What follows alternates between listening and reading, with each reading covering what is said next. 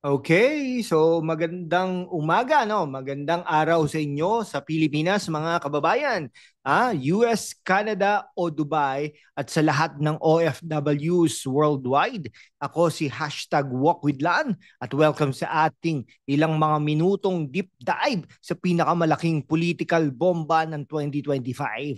Alam nyo ba ang COMELEC nataranta na si Attorney Harold Respicio, isang IT expert at abogado nag-expose ng mga kahinaan sa voting machines na posibleng nagpadaya sa eleksyon.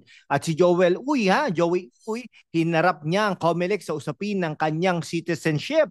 Pero bakit biglang panalo si Benny Abante sa Maynila? Ano ang nangyari sa 2 milyong boto ng Duterte Youth? Ninakaw ba talaga? Ngayong araw, lalagyan natin ng spotlight ang mga anomalya sa COMELEC kasama na mga aligasyon kay Chairman George Garcia. Pero hindi lang yan magbibigay rin tayo ng balance analysis para kayong mismo ang maghusga. Kaya mga kababayan, i-hit nyo na ang like button, i-share sa mga kaibigan nyo sa Riyadh, Sydney at Singapore at mag-subscribe na rin para sa mas maraming ganitong content. Kung gusto nyong suportahan ang ating laban para sa katotohanan, mag-send ng super thanks please, no? Kahit maliit, malaking tulong yan para may pagpatuloy natin ito. Ready na ba kayo? Let's dive in. Kaya mga kaibigan si Attorney Harold Respicio, hindi lang abogado kundi IT expert pa. Noong Enero 2025, nag-upload siya ng video sa Facebook page na Alvin and Harold na nagsabing kaya raw mahak ng automated counting machines, no? ACMs ng COMELEC. Anong sinabi niya? Kung i-connect ang voting machine sa internet bago i-print ang election returns, posibleng manipulate. They can be able to manipulate ang source code. Resulta, pwedeng magbago ang boto ng milyong-milyong Pilipino. Pero teka bakit galit na galit ang COMELEC? Sa halip na imbestigahan ang aligasyon, kinasuhan nila si Respicio ng cyber libel. Si Chairman Garcia, pa ang nanguna sa pag-file ng kaso sa Manila Prosecutor's Office noong February 28, 2025. Sabi ni Garcia, mapanganib daw ang videos ni Respicio dahil kinukondisyon nito ang publiko na madadaya ang eleksyon. Pero mga kababayan, hindi ba't mas mapanganib kung totoo ang sinabi ni Respicio at hindi ito sinisiyasat? Sa kabilang banda, sinabi ni Respicio na hindi niya ito ina-access ang actual ACM or source code, pero puro technical na obserbasyon lang daw. Pero bakit nga ba kinasuhan siya agad? Is this a cover-up or overreaction lang? Let's be fair Ang COMELEC may punto rin naman. Kung basta-basta magpo-post ng ganyang claims, posibleng maghasik ng gulo Pero hindi ba't mas maganda kung magkaroon ng transparent investigation? Sa US at Canada kapag may ganyang issue, public hearings agad. Bakit sa Pinas, kasuhan agad? Kung agree kayo na kailangan ng transparency, i-comment nyo sa baba. Siyasatin ng ACMs. Huwag kalimutang i-share sa mga kababayan natin sa Hong Kong at Japan. Si Joey Uy naman, isang congressman-elect, biglang naging sentro ng kontrobersiya dahil kunestyon ng COMELEC ang kanyang citizenship. Pero teka, bakit si Benny Abante ang biglang nanalo sa Maynila? May conspiracy ba? Sabi ng ilang supporters ni Uy, may dayaan daw sa canvassing. Pero ang COMELEC, sabi nila, wala raw sapat na ebidensya si Uy na natural born Filipino siya, no? Talaga ba? Talagang isang araw, isang araw si Joey Uy puno ng pangarap para sa Maynila. Nagising na lang na nawala ang kanyang panalo. Pero hindi siya sumuko. Lumabas siya sa publiko at sinabing kung totoo ang boto ng tao, ba't kailangang baguhin?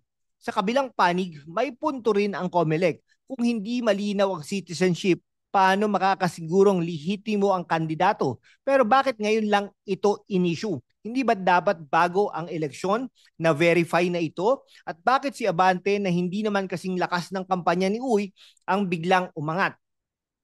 Kaya parang magic trick sa Maynila. Abracadabra! Si Abante ang panalo. Pero saan napunta ang boto ni Uy? Sa Narnia? Kung titignan natin ang global context, sa Australia at New Zealand. Kapag may ganitong issue, Independent Electoral Commission agad ang tumutok. Sa Pinas, parang laging may drama. Kaya naman mga kababayan, kailangan nating magmalasakit. I-share nyo ito sa mga kaibigan nyo sa Dubai at Qatar para mas maraming makakita ng issue na ito.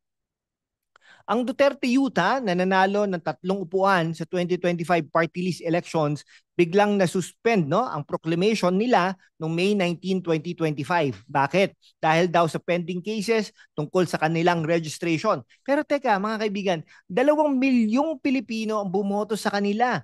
Kung ninakaw ang boto nila, hindi ba't ninakaw din ang boses ng 2 milyong kababayan natin? Sayang. Pero let's be fair, ang COMELEC may legal basis daw sila. Ayon sa petisyon ng kabataan tayo, ang pag-asa hindi raw valid ang registration ng Duterte Youth dahil sa misrepresentation at hindi pagtupad sa requirements. Pero bakit ngayon lang ito inaksyonan? Bakit hinintay pang manalo sila? Sa kabilang banda, sinabi ni Duterte Youth na ito raw ay grave abuse at of discretion at dadalhin nila sa Supreme Court. Sa Germany at Switzerland, kapag may ganitong issue, transparent ang proseso. Dito sa atin, parang hide and seek. Kaya mga kababayan, kailangan nating maging vigilant. I-like nyo ito, i-share sa mga kaibigan nyo sa Saudi Arabia at Italy at mag-comment saan ang 2 million votes. Kung gusto nyong suportahan ang laban natin, mag-super thanks na rin please. Si Chairman George Garcia nasa hot seat. Bukod sa kaso kay Respicio, question din siya sa usapin ng Duterte Youth at Joey Uy. May mga nagsasabing kailangan na siya mag-resign o impeach dahil sa mga aligasyon ng anomalya. Pero teka, ano ba talaga ang ebidensya? Si Attorney Respicio nag-file ng disbarment case laban kay Garcia sa Supreme Court noong June 2025. Aligasyon na may katipulian daw sa COMELEC, pero ang COMELEC sabi nila wala raw basihan ang mga akusasyon at si Respicio daw ang nagpapakalat ng fake news. Sa kabilang banda, may mga supporters ni Garcia na nagsasabing siya pa nga ang naglinis ng COMELEC mula sa nakaraang mga kontrobersiya.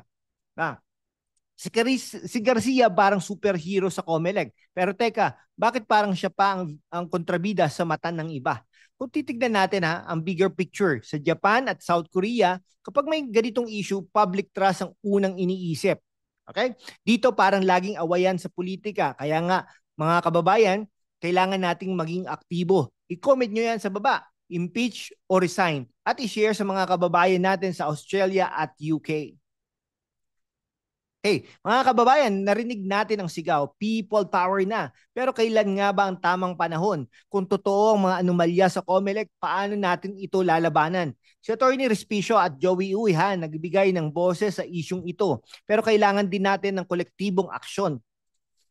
Isang OFW sa Dubai, si Juan, nanood ng balita tungkol sa Duterte Youth. Sabi niya, kung ninakaw ang boto nila, ninakaw din ang boto ko. Kaya naman, nag-share siya ng video natin sa group nila. Pero let's be real, ang people power hindi lang protesta sa kalsada. It's about holding leaders accountable, demanding transparency at pagtutulungan. Sa US, kapag may electoral issue, citizens file lawsuits. Sa Pinas, kailangan nating maging mas proactive. Kung ang COMELEC ay pelikula, ang ending dapat ay Justice League. Pero bakit parang horror story ang labas? Kaya mga kababayan, let's start now. Mag-subscribe, mag-share at mag-super thanks para may pagpatuloy natin ang laban na ito. Sa mga nasa Qatar, Singapore at Canada, kayo ang boses ng bayan abroad.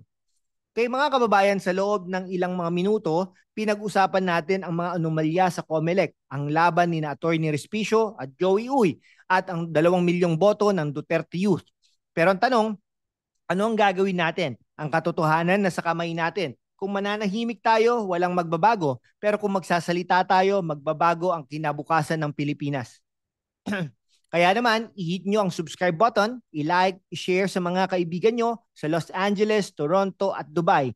At mag-comment sa baba, laban para sa katotohanan. Kung gusto nyo suportahan ang channel na ito, mag-send ng super thanks please. Kahit $1, malaking tulong na yan para may pagpatuloy natin ang mga ganitong kwento. Sa mga OFW sa Saudi Arabia, Japan at Italy, salamat sa pagiging boses ng bayan kahit malayo kayo. Sa mga kabataan sa Quezon City, Cebu at Davao, kayo ang pag-asa ng bayan. Let's keep fighting for a better Philippines. Ako si #WalkWithLan at hanggang sa susunod Mag-iingat kayo at God bless. Salamat ng marami. Subscribe now, ha? Share this video to our OFWs worldwide.